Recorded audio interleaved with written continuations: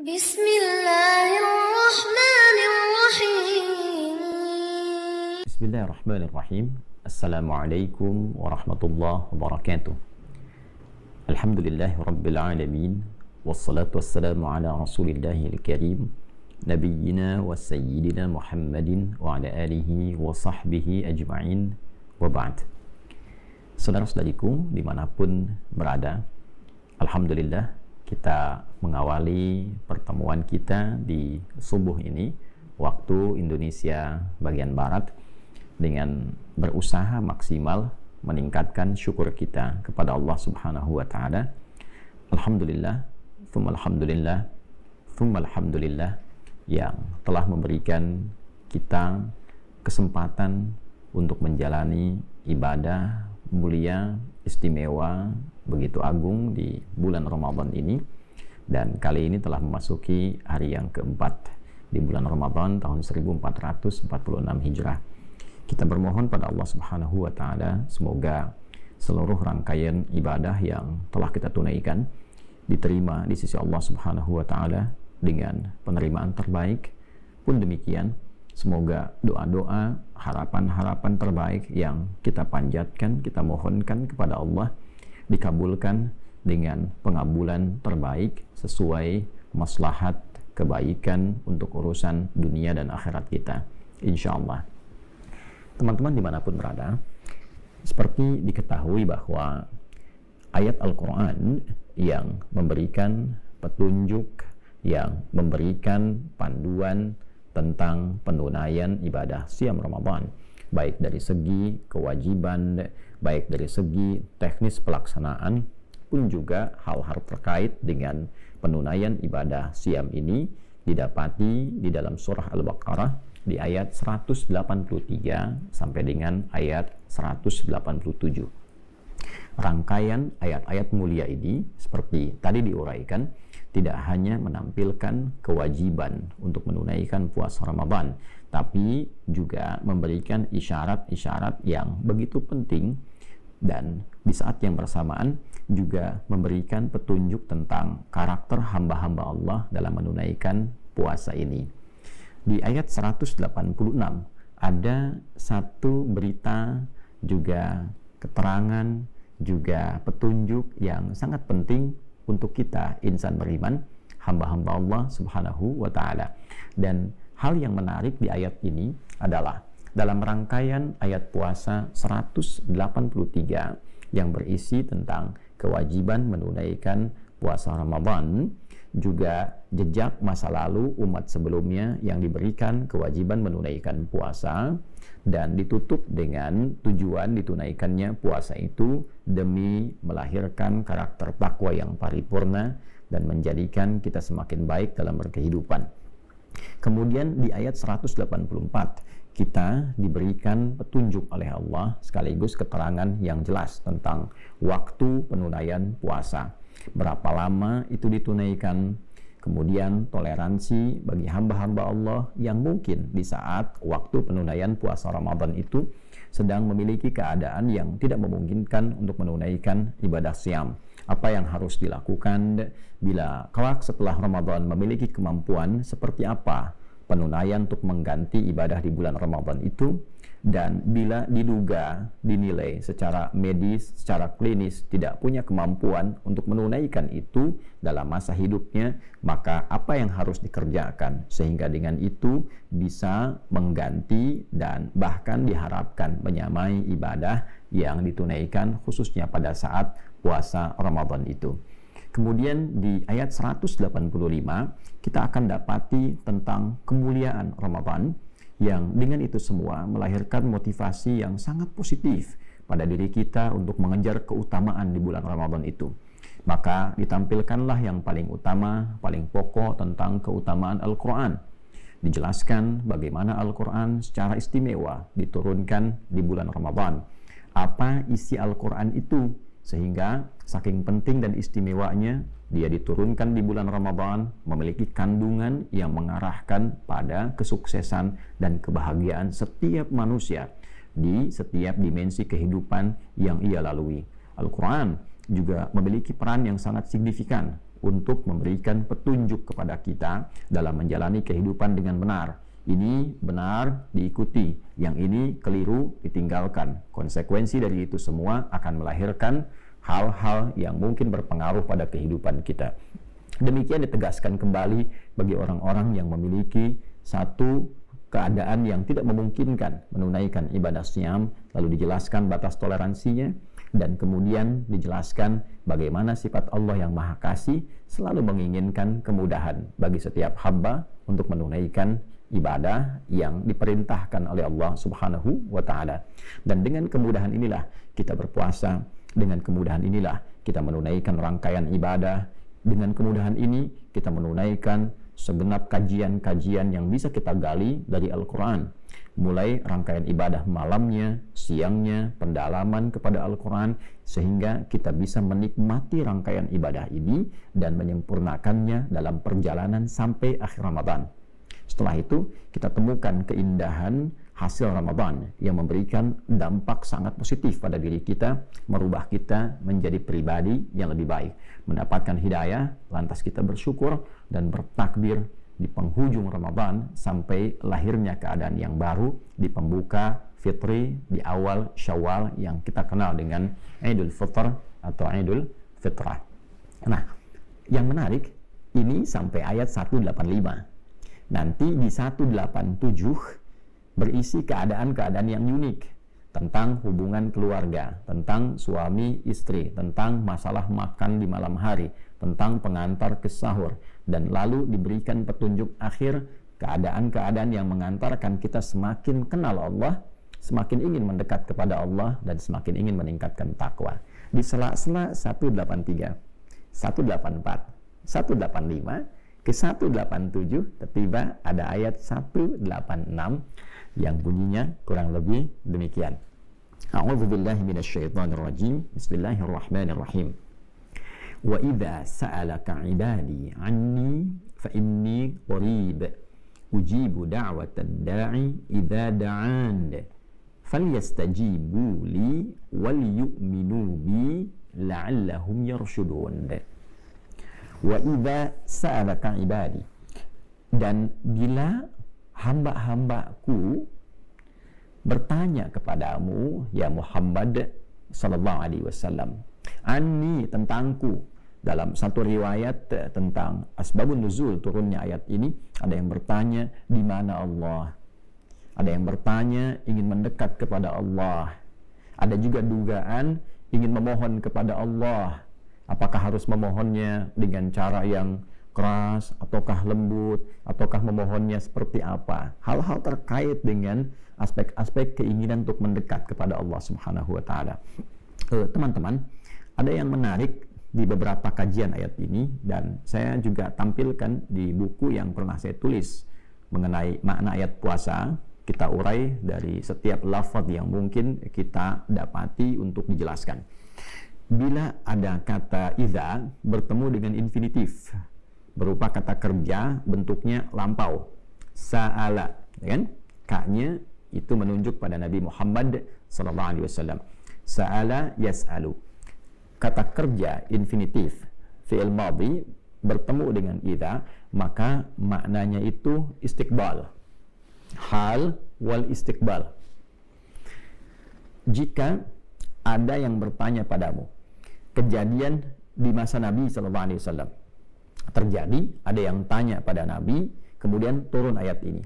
Tapi juga pesannya memberikan kesan bahwa tidak hanya di era Nabi, nanti pun bahkan sepeninggal Nabi Muhammad sallallahu alaihi wasallam akan ada di antara hamba-hamba Allah yang memiliki kesan demikian. Ingin mendekat kepada Allah, mencari untuk menemukan Tuhan, di mana Allah, dan seterusnya. Kan? Nah, siapa mereka itu? Maka mereka adalah ibadi.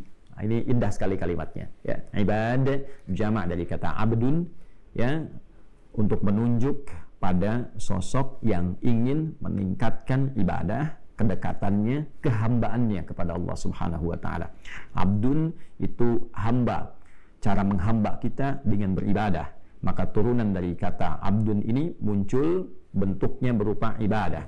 Ya, dari kata abada ya'budu, kita katakan iyyaka na'budu, ya Allah, hanya kepada Engkau, khusus hanya padamu kami menghamba. Wujud kami ibadah.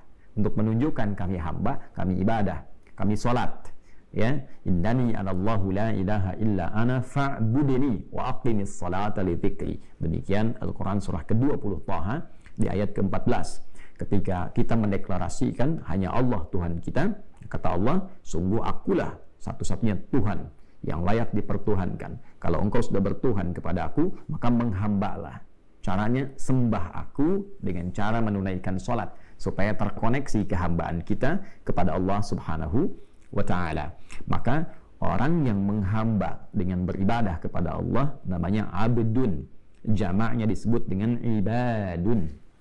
Nah, hamba-hamba inilah yang kadang ingin mendekat kepada Allah, bertanya, mencari cara mendekatnya seperti apa, ingin berdoa bagaimana, kan? Di mana Allah dan seterusnya. Nah, golongan ini oleh Al-Quran dibagi dua bagian. Dan inilah nanti yang akan tampak dalam suasana Ramadan. Golongan pertama, ada hamba-hamba yang memang sudah melatih diri dengan ketaatan, sehingga menjadi pribadi yang baik. Ya, sebelum Ramadan pun sudah merasa dekat dengan Allah, sehingga turun kasih Allah pada dirinya. Kasih Allah yang diberikan dalam kehidupan dunia secara luas tanpa batas disebut dengan Rahman. Maka hamba-hamba ini ketika mendapatkan pancaran kasih dari Allah Subhanahu wa ta'ala, akibat kedekatan yang ia bangun dengan Allah, dia menghamba bahkan sebelum datang Ramadan, dia tunaikan sholat dengan baik, bahkan dia kejar sunnahnya siang dan malamnya, dia tilawah Al-Quran, maka mendapatkan pancaran cahaya Ar-Rahman. Pancaran cahaya inilah yang membuat dia semakin berkasih sayang dalam kehidupan. Karena Allah Maha Kasih, Maha Sayang, ketika hamba mendapat pancaran itu, maka lahirlah sifat kasih dan sayang dalam dirinya. Pribadinya lembut, baik, dan disifati golongan pertama ini di dalam Al-Quran surah Al-Furqan, surah yang ke-25 di ayat ke-63 dengan sebutan Ibadur Rahman. Ibad menunjuk pada hambanya, Ar-Rahman menunjuk pada Allah Subhanahu wa ta'ala yang memiliki kasih sayang luas dan terbatas dalam konteks kehidupan dunia ini. Nanti di akhirat sifat kasihnya yang luas tanpa batas untuk orang beriman disebut Rahim. Kita katakan Bismillahirrahmanirrahim untuk memohon kasih itu di kehidupan dunia sampai dengan akhirat. Maka ketika disatukan sifat hamba ini, maka disebut dengan ibadah rahman. Wa ibadur rahmanil ladzina yamshuna 'alal ardi hauna wa idza khatabahul jahiluna qalu salama. Ya, dan hamba-hamba Allah yang taat, hamba-hamba Allah yang mendapatkan pancaran kebaikan-kebaikan, hamba-hamba Allah yang Allah punya sifat kasih yang luas itu. Di antara ciri hamba-hamba ini adalah orang-orang yang beraktivitas di bumi itu dengan penuh kedamaian. Jadi kalau sudah dekat dengan Allah itu hidupnya tenang, menenangkan orang lain, ya, memberikan kasih, kelembutan, bisa berinteraksi dengan cara yang baik. Wa idza khatabahumul jahiluna qalu salama. Sekalipun diprovokasi, ia bisa merespon dengan cara-cara yang elegan, cara-cara yang baik, cara-cara yang memberikan keteladanan. Nah, teman-teman, golongan pertama ini diisyaratkan pada kata ibadah. Nah, saat Ramadan, ia berusaha meningkatkan ketaatan lagi. Wa idza sa'alaka ibadi anni fa inni qarib. Ya Muhammad sallallahu alaihi wasallam, kalau ada di antara hamba-Aku golongan yang pertama ini yang motifnya ingin semakin mendekat kepada Allah, ya, bertanya kepadamu bagaimana cara aku mendekat kepada Allah, maka dijawab oleh Allah Subhanahu wa taala, fa inni qarib. Ya, sungguh aku dekat. Ya, Allah tidak menyifati dirinya dengan keberadaan tempat, tapi menunjukkan keadaannya yang dekat dengan hambanya. Allah menguasai setiap tempat, Allah menguasai setiap ruang dan waktu, tidak disifati dengan tempat dan waktu. Namun Allah Subhanahu wa taala pemilik segala ruang dan waktu, penguasanya mengatakan, aku dekat. Ya, tak usah berpikir tentang tempat, tak usah berpikir tentang waktu, kapanpun, dimanapun engkau ingin mendekat kepada Aku, maka mendekatlah. Ya, mendekatlah. Ujibu da'watad da'i idza da'an. Kalau engkau punya keperluan, aku akan jawab. Kalau engkau punya harapan, aku akan kabulkan. Kalau engkau punya permintaan, aku akan berikan. Nah, di sini pertama menunjuk karakter pada hamba-hamba Allah yang ketika Ramadan itu tiba, karakteristiknya ingin semakin meningkatkan ketaatan kepada Allah. Jadi petunjuk pertama, teman-teman, jikapun ada di antara kita yang gemar meningkatkan ibadah sebelum Ramadan, maka ada ciri khas hamba Allah yang taat ketika Ramadan datang, meningkat lagi ketakwaannya. Ya, sholatnya semakin meningkat, baca Al-Qurannya semakin meningkat, sedekahnya semakin meningkat, gitu kan? Banyak ulama kita, contohnya Imam Malik rahimahullah ta'ala, Imam Asy-Syafi'i, Imam Ahmad, bahkan sebelum ketiganya ada Imam Abu Hanifah, ketika Ramadan semakin meningkat. Imam Asy-Syafi'i kan viral sekali, kalau sebelum Ramadan sekali beliau khatam Al-Quran setiap hari, Ramadan bisa 2 kali. Ya, demikian para ulama-ulama yang saleh, yang baik-baik, hamba Allah yang taat, ketika Ramadan meningkat lagi, meningkat lagi, meningkat lagi.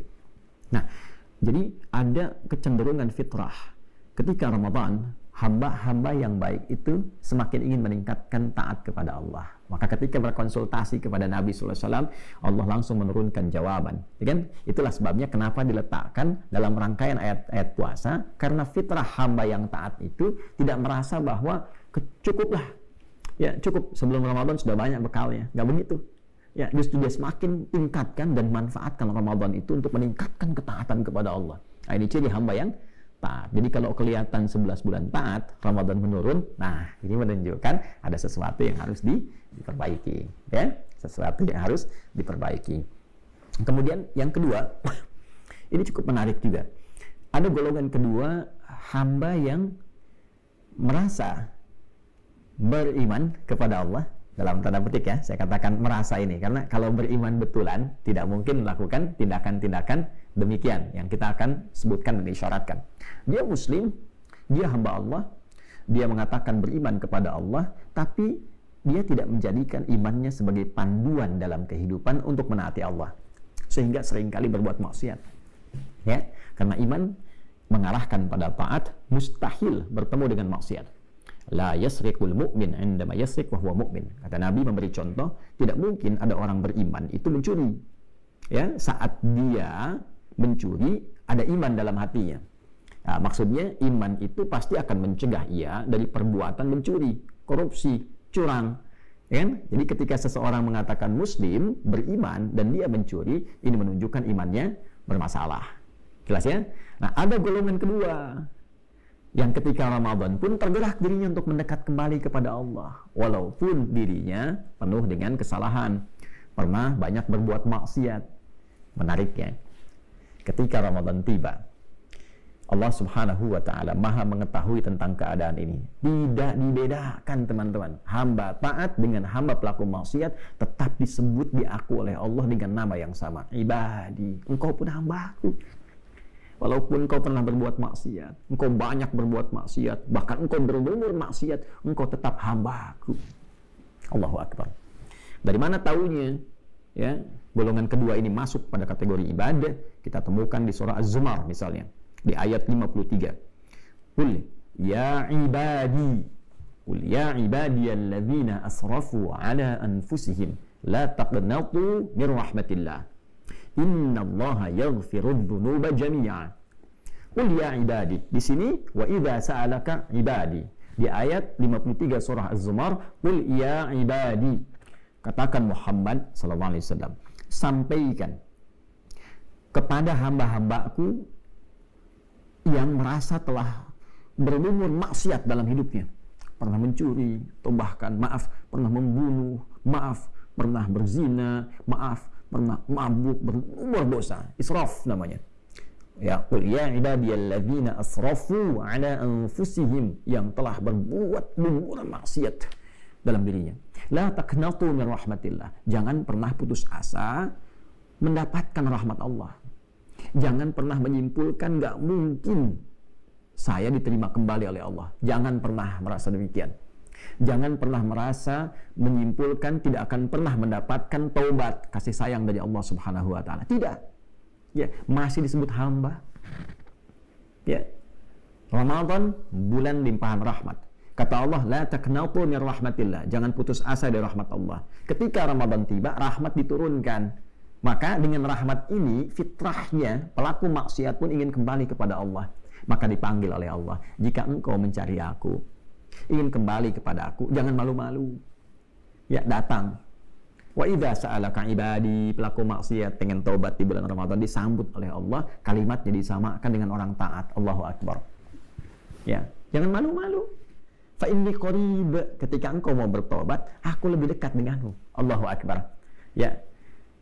Kalau kita jalan setapak itu, ya Allah menunjukkan lebih cepat dengan melangkah. Ya, kita jalan melangkah, Allah menunjukkan lebih cepat, ya, dengan berlari, menunjukkan kesan cepat. Maksudnya apa? Kita bergerak sedikit, Allah lebih cepat menemukan kita. Ketika seseorang ingin bertobat, datang, dijemput itu, disebut hamba-hambaku. Ya, jangan malu-malu, ambil saf pertama. Jangan merasa sungkan, harus mojok di pinggir masjid, ya, di tiang-tiang, malu. Hubungan kita dengan Allah, bukan dengan manusia. Ya, hamba-aku, tidak usah khawatir dengan pandangan orang-orang. Mendekat. Allah berikan rahmat. Ya, fa inni qarib, sungguh aku amatlah dekat. Ujibu da'watad da'i idza da'an. Kalaupun kau mau memohon, bertobat, minta kepada Allah, aku kabulkan. Aku ampuni dosamu, ya. Karena itu di hadis-hadis tentang puasa yang viral, baik siang ataupun malam, dibentangkan pintu ampunan. Man shoma ramadhana imanan wa ihtisaba ghufira lahu ma taqaddama min dhanbi. Siapapun yang menunaikan puasa Ramadan dengan dasar keimanan, yakin dengan Allah, ikhlas karena Allah, berusaha memperbaiki diri, niatnya benar, maka berpotensi diampuni seluruh dosa-dosa yang pernah dikerjakan. Dia datang, dia tobat, malamnya dia sholat. Man qama lailatal qadri, riwayat lain, man qama ramadhana imanan wa ihtisaba ghufira lahu ma taqaddama min dhanbi. Malamnya dia bangun sholat, dia nangis, ingat dosa-dosanya, ya, ingat kesalahannya. Maka kata Allah melalui lisan Nabi Muhammad SAW, disabdakan oleh Nabi, siapapun yang bangun malam bertepatan dengan malam Al-Qadar, atau dia bangun di malam Ramadan, dia tunaikan sholat, ikhlas karena Allah, dengan imannya, dia ingin perbaiki dirinya, taubat dia, diampuni seluruh dosa-dosa yang pernah dia kerjakan selama hidupnya. Lantas dia berkata, seperti Nabi pernah mentalkinkan doa ini pada lisan Sayyidah Aisyah radhiyallahu taala anha, Allahumma innaka afuwun tuhibbul afwa fa'fu anni. Ya Allah, sungguh Engkau Maha Pemaaf. Aku mengakui banyak berbuat salah dalam hidup, dan Engkau mencintai seluruh sifat kemaafan. Engkau mencintai hamba-hamba yang ingin kembali kepadamu. Maka maafkan aku ya Allah, ampuni aku, sayangi aku, gugurkan dosa-dosa aku. Maka turunlah rahmat Allah, diampuni dosa-dosanya. Ibadah. Falyastajibuli, maka cepat respon seruan Allah ini. Maka ayo pelaku yang taat mendekat, yang maksiat pun mendekat, respon. Ini Allah sudah kasih. Kalau dengan segala pemberian, tawaran, bentangan, kemuliaan ini belum juga ada hamba yang ingin bertobat, maka dengan cara apa lagi Allah ampuni dosanya? Saat sebagian orang sudah meninggal tidak mendapatkan Ramadan, kita diberi kesempatan masih mendapatkan Ramadan sampai hari keempat ini. Kalau kita orang baik, boleh jadi diinginkan oleh Allah, pahalanya semakin meningkat sehingga potensi mendapatkan surga tertinggi bisa kita raih. Potensi bertemu dengan Nabi sangat besar kita dapatkan.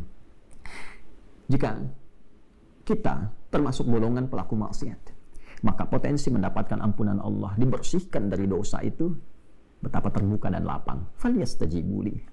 Cepat respon seruan Allah ini, mendekat, taubat, minta kebaikan. Ya, jangan hanya saat dipanggil nggak datang, tapi saat punya keperluan manggil Allah tuh kencang gitu kan, ya. Tapi selama ini tidak direspon seruan Allah, maka rumusnya pakai, ya, Allah panggil kita cepat datang, bahkan sebelum dipanggil kita hadir itu, ya. Maka feedbacknya apa? Bahkan sebelum kita meminta, Allah mengabulkan dengan meringankan masalah kita, sehingga seakan-akan kita tidak punya persoalan dalam kehidupan ini. Wal yu'minu bi, dan lakukan itu semua dengan yakin kepada Allah. Yakin, keimanan tanpa ragu. Yakin Allah akan ampuni dosaku, datang, taubat. Jangan hiraukan pandangan manusia. Datang, sujud, nangis, minta sama Allah. Punya masalah, datang. Ya, masalah keuangan, masalah kehidupan rumah tangga, datang Ramadan, minta sujud, minta sama Allah.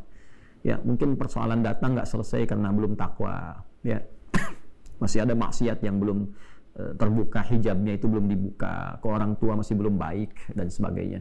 Ya, setelah itu la'allahum yarshudun. Semoga dengan itu engkau mendapatkan kesadaran, petunjuk ya untuk menapaki kehidupan yang lebih baik. Ramadan, teman-teman. Ramadan dibentangkan berbagai macam kemuliaan.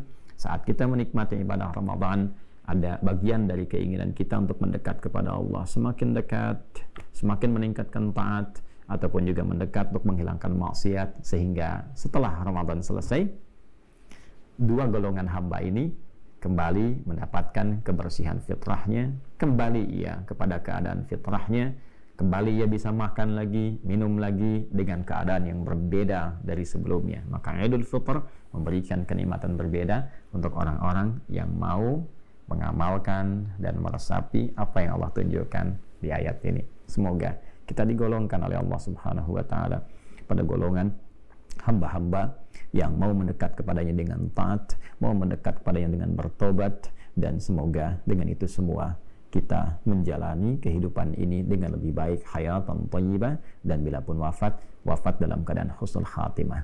Semoga bermanfaat.